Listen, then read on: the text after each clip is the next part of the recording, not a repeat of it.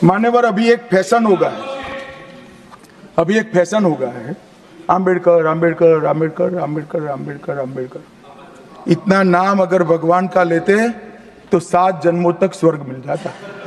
भारत माने नरेंद्र मोदीर भारत नय, भारत माने शैतान नरखादक अमित शाहर भारत नय, भारत माने सम्राट अशोकेर भारत, भारत माने हरि गुरुचाँदेर भारत।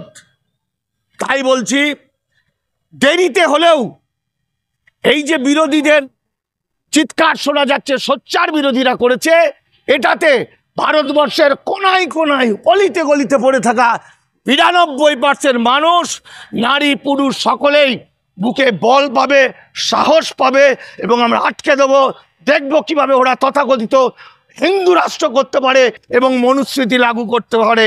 এটা আমাদের সকলের চ্যালেঞ্জ চ্যালেঞ্জ চ্যালেঞ্জ। দেখি কত বড় ওদের হিম্মত, ভারতবর্ষকে ওরা ধ্বংস করে। অমিত শাহ ভারতবাসীর সবচেয়ে বিপদের দিনে সবচেয়ে ভালো কাজটা করে দিলেন। তার কারণ স্বাধীনতার ৭৫ বছর হয়ে গেল, কিন্তু এই যে আজকে আমরা দেশের ৯২% মূল নিবাসী মানুষ, অর্থাৎ এসসি এসটি ওবিসি মাইনরিটি মানুষ, আমরা যে মানুষের মর্যাদা পেয়েছি, মানুষ রূপে প্রতিফলিত হয়েছি, এটা কার দয়ায় সেটা আমরা জানতাম না। ছোটোবেলা থেকে বড় হয়েছি, পড়াশোনা করেছি, কিন্তু বাবা সাহেব আম্বেদকরের নামটা আগে শুনিনি কখনো, হরি গুরুচাঁদ ঠাকুরের নাম শুনিনি। যদিও বা এই বুড়ো বয়সে এসে মহাপ্রাণ যোগেন্দ্রনাথের নামটা শুনেছি, তাও একটা গালাগালি অর্থে শুনেছি। তো এই কারণে আমি অমিত শাহকে স্যালুট জানাই, নরেন্দ্র মোদী এবং বিজেপিকে স্যালুট জানাই।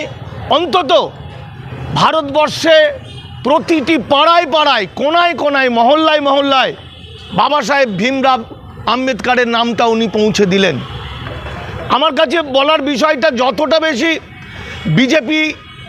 বিজেপির প্রতি আমাদের যে ক্রোধ, যে অভিমান, যে রাগ, তার অনেক বেশি রাগ আমাদের অন্যান্য রাজনৈতিক দলগুলোর প্রতি। কারণ অন্যান্য রাজনৈতিক দলগুলো স্বাধীনতার পর থেকে খুব কৌশল করে বাবা সাহেব আম্বেদকরের নামটাকে প্রচার করেনি, হরি গুরুচাঁদের নাম প্রচার করেনি।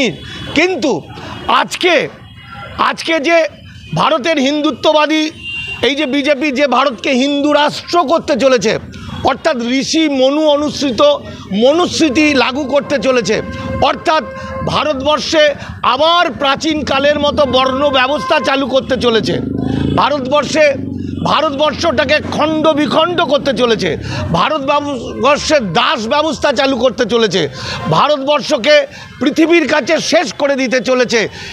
যেটা বিজেপি বা যেটা আর্য বা হিন্দুত্ববাদীদের মূল এজেন্ডা ছিল, সেটা 1875 সালের আগে সেই দয়ানন্দ সরস্বতীর সময় থেকে, জওহরলাল নেহেরু থেকে শুরু করে বাল গঙ্গাধর তিলক, বহু মানুষ, রাজেন্দ্র প্রসাদ, বল্লভভাই প্যাটেল, কংগ্রেসের মধ্যে থাকা ব্রাহ্মণ্যবাদী হিন্দুত্ববাদীরা এই ভারতবর্ষকে একদম হিটলার যেভাবে আর্য রাষ্ট্র করতে চেয়েছিল জার্মানিকে, ঠিক একই পদ্ধতিতে হিন্দু রাষ্ট্র করতে চেয়েছিল। যদিও জওহরলাল নেহেরু রাহুলের দাদু, তিনি সেই তুলনায় অনেক মানবিক ছিলেন। এই যে বিজেপি আরএসএসের যে উত্তরসূরি হিন্দু মহাসভা এবং আরএসএস এবং কংগ্রেসের ব্রাহ্মণ্যবাদীরা কিন্তু স্বাধীনতার সময় থেকেই বাবা সাহেবকে চিরকালের জন্য ছেঁটে দিতে চেয়েছিলেন এবং ঋষি মনুস্মৃতি লাগু করতে চেয়েছেন। আজকে যে মানুষকে বেনাগরিক করার যে পরিকল্পনা, যে দাস বানানোর পরিকল্পনা, এই পরিকল্পনাটা আসলেই হিন্দুত্ববাদী পরিকল্পনা। কিন্তু বাবা সাহেব আম্বেদকর সেই মনুস্মৃতিকে, সেই ব্রাহ্মণ্যবাদীদের মনুস্মৃতিকে, বর্ণ ব্যবস্থাকে জ্বালিয়ে পুড়িয়ে খাক করে দিয়েছিলেন, আগুন দিয়ে পুড়িয়ে দিয়ে ভারতবর্ষকে গণতান্ত্রিক ধর্মনিরপেক্ষ রাষ্ট্র তৈরি করেছিলেন। বাবা সাহেব আম্বেদকর আপনারা জানেন কেন জ্বলবে না? আজকে বাবা সাহেব আম্বেদকর তাদের বাড়া ভাতে এমনভাবে ছাই দিয়েছে, আজকে দলিত মানুষরা লেখাপড়া শিখেছে, শূদ্র মানুষ, অনার্য মানুষরা মাথা তুলে দাঁড়াচ্ছে, ডাক্তার ইঞ্জিনিয়ার হচ্ছে, সারা ভারতবর্ষে যাচ্ছে, মেয়েরা বড় বড় রাজনীতির বড় বড় নেত্রী হচ্ছে। যে মমতা বন্দ্যোপাধ্যায় তৈরি হয়েছেন, এগুলোর সমস্তটাই বাবা সাহেব আম্বেদকরের কৃতিত্ব। কারণ আরএসএস বা বিজেপি আজকের এবং হিন্দুত্ববাদীরা কোনো দিনই চায়নি। আপনারা জানেন 1951 সালে বাবা সাহেব আম্বেদকর হিন্দু কোড উত্থাপন করেছিলেন। যে হিন্দু কোডটা এই যে বিজেপি গালাগালি দেয়, যোগেন্দ্রনাথ মণ্ডলকে যোগেন মোল্লা বলে গালাগালি অর্থে ব্যবহার করেন, সেই হিন্দু কোডের যে খসড়াটা তৈরি করেছিলেন যোগেন্দ্রনাথ মণ্ডল। আজকে ভারতবর্ষের 92% মানুষ যে মানুষের স্বীকৃতি পেয়েছে, এর পিছনে ছিল হরিচাঁদ গুরুচাঁদ ঠাকুরের আদর্শ। হরিচাঁদ গুরুচাঁদ মতুয়া নেতা বা তাকে মহামানব, সেই মহামানবের পথ ধরে যোগেন্দ্রনাথ মণ্ডল, আরেক ছিলেন মহামানব হরিগুরুচাঁদের শিষ্য, আরেকজন ছিলেন বাবা সাহেব আম্বেদকর। এই বাবা সাহেব আম্বেদকরকে গণপরিষদে পাঠিয়েছিলেন এই মতুয়ারা, যে মতুয়াদের আজকে দাস বানাতে চাইছে। আজকে ভারতবর্ষকে বাঁচিয়েছিল এই মতুয়ারা। এই মতুয়া নমশূদ্রদের, তাদের মহামানব সেই হরিগুরুচাঁদ, তারই পথ অবলম্বন করে তাদেরই নেতা যোগেন্দ্রনাথ মণ্ডল কিন্তু আমাদের মানুষের স্বীকৃতি দিয়েছিল। এই ইতিহাস কোনো বর্ণবাদী রাজনৈতিক দল এতদিন বলেনি। বাবা সাহেব আম্বেদকর হিন্দু কোড এনেছিলেন। হিন্দু কোড আনার পরে তার উপর এতটাই অত্যাচার হয়েছিল, এতটাই অত্যাচার করেছিলেন হিন্দুত্ববাদী রাজনৈতিক নেতারা। এই কংগ্রেসের ভিতরে থাকা পুরুষোত্তম টন্ডন, আমাদের বল্লভভাই প্যাটেল, তখনকার রাষ্ট্রপতি রাজেন্দ্র প্রসাদ, শ্যামাপ্রসাদ মুখার্জি হিন্দু মহাসভায়, তারা সবাই মিলে বলেছিলেন বাবা সাহেব আম্বেদকর হিন্দু ধর্মটাকে শেষ করে দিচ্ছে। কেন হিন্দু ধর্মটাকে শেষ করছে? কিভাবে না, বাবা সাহেব আম্বেদকর হিন্দু কোডের মাধ্যমেই নিয়ে এলেন হিন্দু মেয়েরা ডিভোর্স করতে পারবে। আগে হিন্দুরা 100-150 বিয়ে করতে পারত, কিন্তু মেয়েরা ডিভোর্স করতে পারতো না। আগে বাল্যবিবাহ হয়ে যেত। বাবা সাহেব আম্বেদকর বাল্যবিবাহ তুললেন। বাবা সাহেব আম্বেদকর দত্তক নেওয়ার আইন করলেন। বাবা সাহেব আম্বেদকর বাবার সম্পত্তি মেয়েরাও ভাগ পেতে পারে সেই আইন করলেন, যেটা ইসলাম করেছিলেন আজ থেকে 1600 বছর আগে। এই কারণে বাবা সাহেব আম্বেদকরের বিরুদ্ধে এতটাই আক্রমণ হয়েছিল, উনি কাঁদতে কাঁদতে তখন পদত্যাগ করতে বাধ্য হয়েছিলেন। এই যে বারবার বিজেপি আরএসএস বলে তারা মনুস্মৃতি প্রতিষ্ঠিত করবে, মানে ভারতীয় সংবিধানকে বাতিল করে, এই আম্বেদকরের উপরে আক্রমণ, বাবা সাহেবের উপর আক্রমণ, এইটাই কি তার প্রথম? এইটাই তার কারণ হচ্ছে, আজকে ওরা চেয়েছিল স্বাধীনতার সময়, ওরা চেয়েছিল ভারতবর্ষে বর্ণ ব্যবস্থা চালু করতে, ভারতবর্ষে দাস ব্যবস্থা চালু করতে, ভারতবর্ষে সেই বাল্যবিবাহ, নরবলি, সতীদাহ চালু করতে চেয়েছিল এবং মেয়েদের স্তন কর চালু করতে চেয়েছিল। এমনকি এই আরএসএসের অন্যতম দ্বিতীয় সরসংঘচালক গোলওয়ালকার 1959 খ্রিস্টাব্দে গুজরাট ইউনিভার্সিটিতে বলেছিল, নিম্নবর্ণের মেয়েদের যার সঙ্গেই বিয়ে হোক তার প্রথম বাচ্চাটা হতে হবে ব্রাহ্মণের, অর্থাৎ ব্রাহ্মণরা তাদেরকে রেপ করবে, এটাই ছিল সেই বিধান। কিন্তু বাবা সাহেব আম্বেদকর সেইগুলোকে ধূলিসাৎ করে দিয়ে হরিগুরুচাঁদের আদর্শে উদ্বুদ্ধ হয়ে তিনি এনেছিলেন হিন্দু কোড, যে হিন্দু কোডের জন্য তাকে পদত্যাগ করতে হয়েছিল এবং তিনি কাঁদতে কাঁদতে বলেছিলেন, এই স্বাধীনতা আমরা চাইনি। আমার কাছে স্বাধীনতা, বাবা সাহেব বলেছিলেন, আমার কাছে স্বাধীনতা মানে শুধু ব্রিটিশকে তাড়ানো নয়, আমার কাছে স্বাধীনতা মানে আমার দেশের মহিলাদের স্বাধীনতা, আমার দেশের তথাকথিত নিম্ন বর্ণের মানুষের স্বাধীনতা, যারা যুগ যুগ ধরে অত্যাচারিত হয়েছে তাদের মানুষের স্বীকৃতি দেওয়াটাই স্বাধীনতা।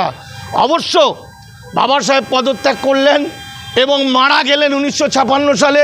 কিন্তু এই রাহুল গান্ধীর দাদু, মানবিক মানুষ জওহরলাল নেহেরু 1956 সালে সেই হিন্দু কোডকে তিনবারে হিন্দু কোডকে আইনে রূপান্তরিত করলেন।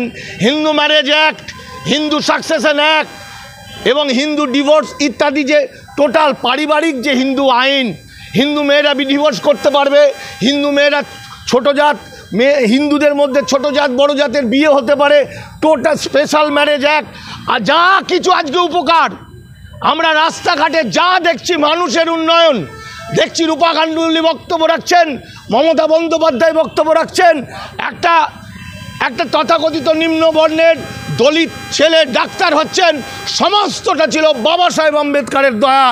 এই বাবা সাহেব আম্বেদকর মানুষের স্বীকৃতি দিয়েছিল ভারতবর্ষের আসল যে মানুষ, অর্থাৎ অনার্য এবং শূদ্র জাতিকে।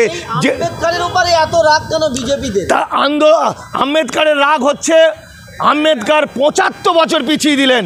তার কারণ সংবিধান যখন প্রকাশ হলো 1950 সালে, এই আরএসএস বলেছিল এই সংবিধান আমরা মানি না, এই সংবিধান অহিন্দু সংবিধান, এই সংবিধান আমরা লাথি মেরে উড়িয়ে দিই।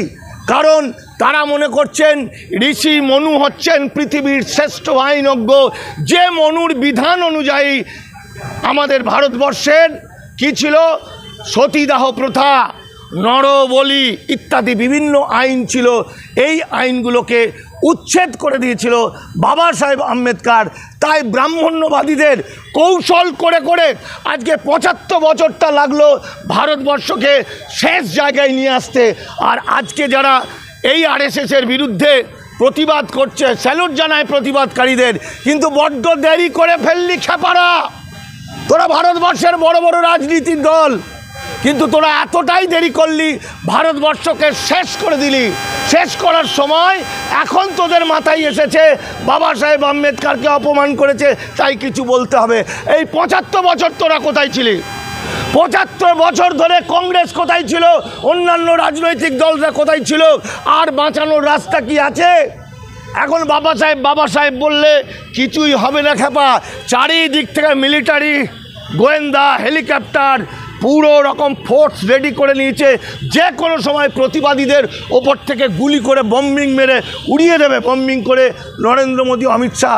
এই কারণে দেখেছে যে বাবা সাহেবের কথা যদি জানাজানি হয়ে যায়, তাহলে যোগেন্দ্রনাথ মণ্ডলের কথা চলে আসে, তাহলে হরিগুরুচাঁদের কথা চলে আসে, তাহলে ইসলামের কথা চলে আসে, তাহলে বুদ্ধদেবের কথা চলে আসে, সম্রাট অশোকের কথা চলে আসে।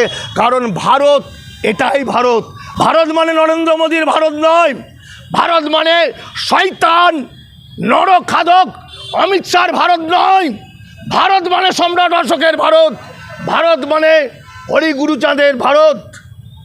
তাই বলছি, দেরিতে হলেও এই যে বিরোধীদের চিৎকার শোনা যাচ্ছে, সোচ্চার বিরোধীরা করেছে, এটাতে ভারতবর্ষের কোনায় কোনায় অলিতে গলিতে পড়ে থাকা 92% মানুষ, নারী পুরুষ সকলেই বুকে বল পাবে, সাহস পাবে, এবং আমরা আটকে দেবো। দেখব কিভাবে ওরা তথাকথিত হিন্দু রাষ্ট্র করতে পারে এবং মনুস্মৃতি লাগু করতে পারে। এটা আমাদের সকলের চ্যালেঞ্জ, চ্যালেঞ্জ, চ্যালেঞ্জ।